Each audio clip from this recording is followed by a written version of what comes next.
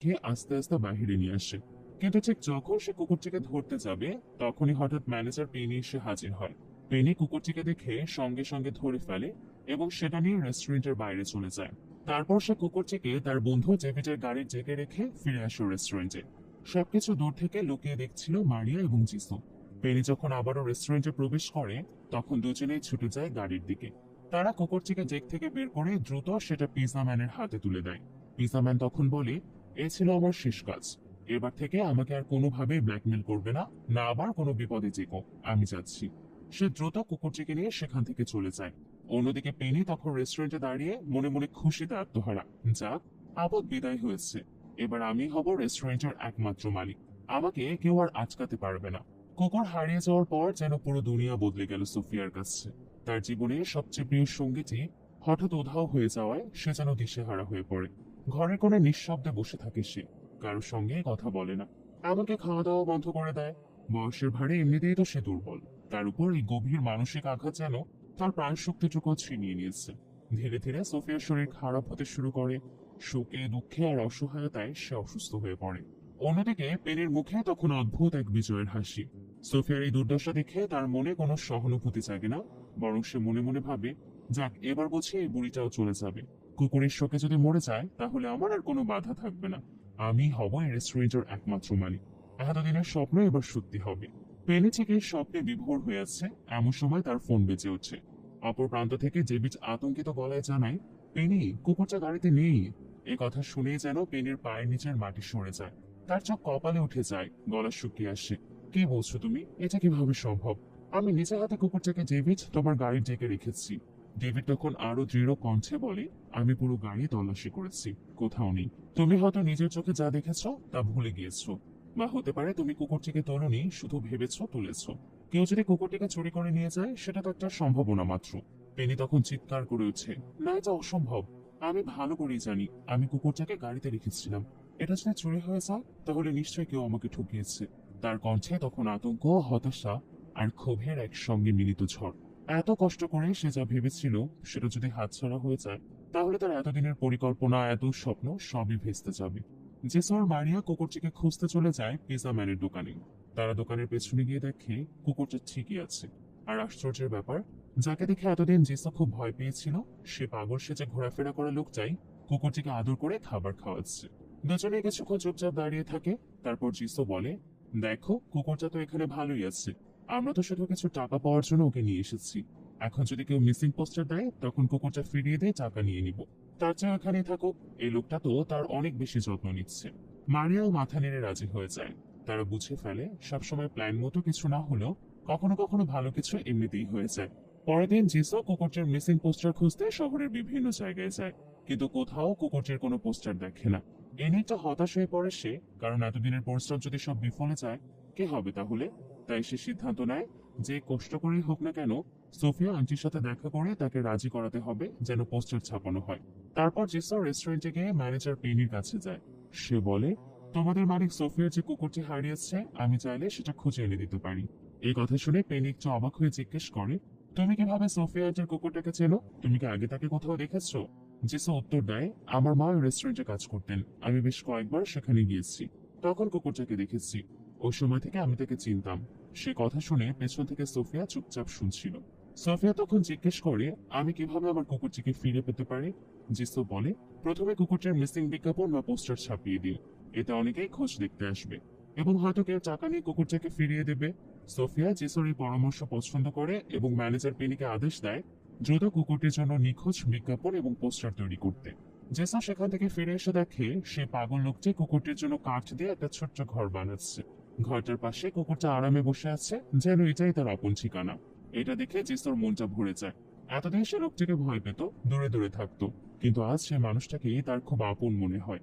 লোকটি হেসে জেসোকে বলে, এই কুকুরটার জন্য একটু আগে পোস্টার লাগানো হয়েছে।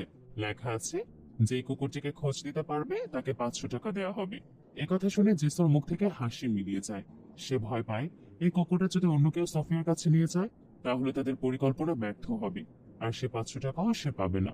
তার মাথায় একটা আইডিয়া আসে, সব পোস্টার তুলে ফেলতে হবে, যেন আর কেউ সেটা দেখতে না পায়। তাই সে দৌড়ে চলে যায় পিৎজা দোকানে সে লোকটার কাছে। গিয়ে বলে, তুমি আমাদের আগেও একবার হেল্প করেছো, এবার একটু হেল্প করো। কিন্তু পিজাম্যান এবার পিছিয়ে যায়। সে বলে, না, আমি আর তোমাদের এসব কাজের সঙ্গে থাকতে চাই না, আমি ঝামেলায় পড়বো। তখন জেসও তার দিকে তাকিয়ে চুপচাপ বলে, তাহলে ঠিক আছে, আমি তোমার কোম্পানিকে জানিয়ে দেব তুমি কিভাবে অতিরিক্ত পিজা বানিয়ে নিজের কাছে রেখে দাও। পিজাম্যান হতবাক হয়ে যায়। কিছু বলার আগে সে বুঝে যায় এবার আর পালানোর উপায় নেই। শেষে না চাইলেও জিসোর কথায় সে রাজি হয়। এরপর তারা দুজন মিলে শহরের সব কোনায় কোনায় গিয়ে যতগুলো মিসিং কুকুর পোস্টার ছিল সব ছিঁড়ে ফেলে, যেন কেউ আর না দেখে, কেউ যেন সে কুকুরটাকে সোফিয়ার কাছে পৌঁছাতে না পারে। তাদের মাথায় তখন শুধু একটাই কথা, 500 টাকার তাদের স্বপ্নের নতুন ঘর। পরদিন সকালে জিসো সেই কুকুরটির সন্ধান দিতে রেস্টুরেন্টে যায়। সেখানে গিয়ে সে দেখে রেস্টুরেন্টের সামনে পুলিশ দাঁড়ানো। মুহূর্তে তার বুকের ভেতর ধুকপুক করতে শুরু করে। সে সোফিয়ার কাছে গিয়ে জিজ্ঞেস করে, আন্টি এখানে কি কিছু হয়েছে, পুলিশ কেন? সোফিয়া একটা বিরক্ত গলায় বলে, তুমি এসব বুঝবে না মা, এগুলো বড়দের ব্যাপার। কিন্তু জিসো চুপ থাকে না। সে নিচু গলায় বলে, আমি জানি পুলিশ কেন এসেছে। আমাদের বাসাতেও একদিন পুলিশ এসেছিল, কারণ আমরা কয়েক মাস ধরে ভাড়া দিতে পারিনি। সেজন্য আমাদের বাসা থেকে বের করে দিয়েছিল। এখন আমরা রাস্তায় একটা ছোট্ট গাড়িতে থাকি। আমাদের কোনো ঘর নেই, এমনকি বাথরুম করার মতো জায়গা নেই। এ কথা শুনে সোফিয়ার চোখে পানি চলে আসে। সে একটু চুপ করে থাকে, তারপর ধীরে ধীরে বলতে শুরু করে, অনেক বছর আগে আমার স্বামী আমাকে ছেড়ে চলে গেছে। আমি একা হাতে আমার ছেলেকে বড় করেছি। সে পড়াশোনার জন্য বাইরে থাকতো। একদিন খবর পেলাম একটা দুর্ঘটনায় সে মারা গেছে। আমি ছুটে গেলাম তার কাছে, কিন্তু কিছুই পাইনি, শুধু এই কুকুরটাকে পেয়েছিলাম। এটাই আমার ছেলের শেষ স্মৃতি। আমি ওকে নিজের সন্তানের মতো আগলে রাখি। জেসো সোফিয়ার চোখে চোখ রাখে আর মনে মনে এক অসম্ভব ভারী কষ্টে ডুবে যায়। সে বুঝে ফেলে এই কুকুরটা শুধু একটা প্রাণী না, এটা কারো জীবনের শেষ আশ্রয়, কারো সন্তান স্মৃতি। সে আর কিছু না বলে ধীরে ধীরে সেখান থেকে চলে আসে। এরপর দেখা যায় জেসো গাড়িতে ফিরে আসছে। তার মুখে কোনো শব্দ নেই, চোখে ঝাপসা পানি। তার ভেতর থেকে এক অদ্ভুত কষ্ট খেলা করছে। বারবার ভাবছে সে কিভাবে এতটা স্বার্থপর হয়ে উঠল। কেবল নিজের একটা ঘরের স্বপ্নে সে একটা অসহায় মায়ের শেষ আশাটুকু কেড়ে নিতে চেয়েছিল। সে প্রচন্ড অনুতপ্ত হয়, ভেতরে ভেতরে নিজেকে দোষ দিতে থাকে। সেদিন রাতে জেসো আর ম্যাক্স চুপি চুপি কুকুরটিকে দেখতে যায়। তারা দেখে সে পাগল লোকটি কুকুরটির পাশে বসে শান্তভাবে মাথায় হাত বুলিয়ে দিচ্ছে। কুকুরটাও যেন বেশ নির্ভয় একটা ঘরের উষ্ণতা পেয়েছে অবশেষে। জেসো একটু ইতস্তত হয়ে জিজ্ঞেস করে, তোমারও কি আমার মতো বাড়ি নেই? তুমি রাস্তায় কেন থাকো? লোকটি কিছুক্ষণ চুপ করে থাকে, তারপর ক্লান্ত কণ্ঠে বলে, আমারও এক সময় ফুটফুটে একটা মেয়ে ছিল তোমার মতো। ওকে খুব ভালোবাসতাম, কিন্তু জীবন বড় নিষ্ঠুর। সময়ের কাছে ভাগ্যের কাছে হেরে গেছি। আজ এই রাস্তাই আমার ঘর। লোকটার কথাগুলো জেসোর হৃদয়ে গেঁথে যায়। হঠাৎ তার বাবার কথা মনে পড়ে। সে যে একদিন আচমকাই তাদের ছেড়ে চলে গেছে। মনে পড়তেই তার চোখ ভিজে উঠছে। সে আর নিজেকে ধরে রাখতে পারে না, ফুপিয়ে ফুপিয়ে কাঁদতে শুরু করে। অন্যদিকে সোফিয়া তার ছেলের মৃত্যুর পর ধীরে ধীরে আবারও নিজেকে গুছিয়ে তোলে। সে নিজের কিছু সম্পত্তি বিক্রি করে আবার তার পুরনো রেস্টুরেন্টে কিনে নেয়। এই নতুন করে শুরু করার মধ্যেও সে তার একাকিত্ব ভুলে থাকতে পারে না। তাই একদিন সে ডিসিশন নেয় তার মৃত্যুর পর যেন তার সব সম্পত্তি পেনির নামে যায়। পেনি যে সবসময় তার পাশে থেকেছে, তাকে ভালোবেসেছে নিঃস্বার্থভাবে। এই খবর শুনে পেনির মুখে প্রশান্তির হাসি ফোটে। সে বুঝতে পারে ভালোবাসা কখনো ব্যর্থ হয় না। এদিকে জেসো আর ম্যাক্স গাড়িতে ফিরে দেখে তাদের মা লিসা নেই। তারা খোঁজাখুঁজি শুরু করে। জেসোর মনে ভয় জেগে উঠছে, তাদের মাও কি বাবার মতো একদিন চিরদিনের মতো চলে গেলেন নাকি?